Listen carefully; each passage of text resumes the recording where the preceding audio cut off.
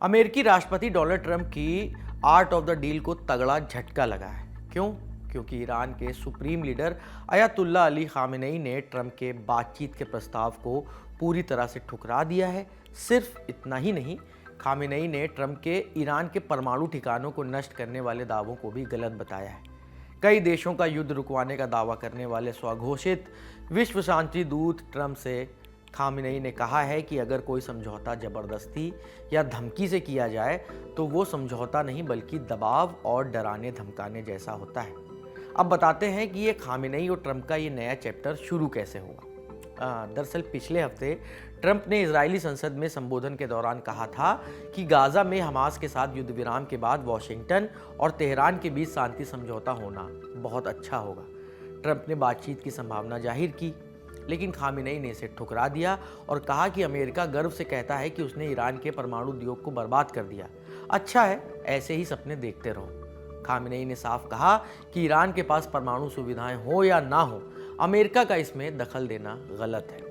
आप जानते ही होंगे कि पश्चिमी देश, खासकर अमेरिका, ईरान पर आरोप लगाता है कि वो छुपकर परमाणु हथियार बनाने की कोशिश कर रहा है, लेकिन ईरान बार बार ये कहता आया है कि उसका परमाणु कार्यक्रम पूरी तरह से शांतिपूर्ण है और सिर्फ ऊर्जा उत्पादन के लिए। परमाणु ऊर्जा की बात हो ही रही है तो एक और बात याद दिला दें कि इस साल जून में इजराइल और ईरान के बीच संघर्ष में अमेरिका की भी एंट्री हो गई थी। अमेरिका ने ईरान के परमाणु ठिकानों पर बंकर बस्टर बमों से हमला किया था। हालांकि बाद में ट्रंप ने ही सीज फायर की घोषणा भी की थी। उस वक्त ट्रंप ने दावा किया था कि उन्होंने इजराइल ईरान संघर्ष के दौरान ईरान के सर्वोच्च नेता अयातुल्ला अली खामेनेई की जान बख्श दी। उन्होंने चेतावनी दी है कि वो खामेनेई पर हमले को मंजूरी दे सकते थे, लेकिन उन्होंने ऐसा नहीं किया।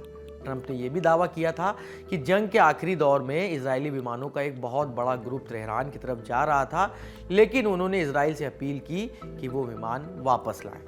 डोनाल्ड ट्रंप के मुताबिक वो ईरान पर प्रतिबंधों में ढील देने पर काम कर रहे थे ताकि ईरान को युद्ध से हुए नुकसान से उबरने में मदद मिले।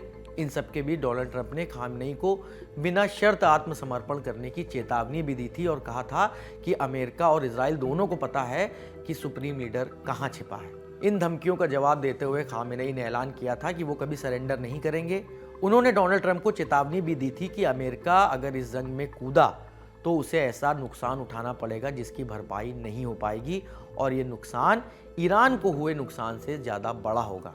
खामेनेई ने यह भी कहा था कि ट्रंप को उन लोगों को धमकियां देनी चाहिए जो इससे डरते हों। ईरानी ऐसी धमकियों से नहीं डरते। इस खबर में फिलहाल इतना ही। मामले पर आपकी राय के लिए कमेंट बॉक्स इंतजार कर रहा है। शुक्रिया।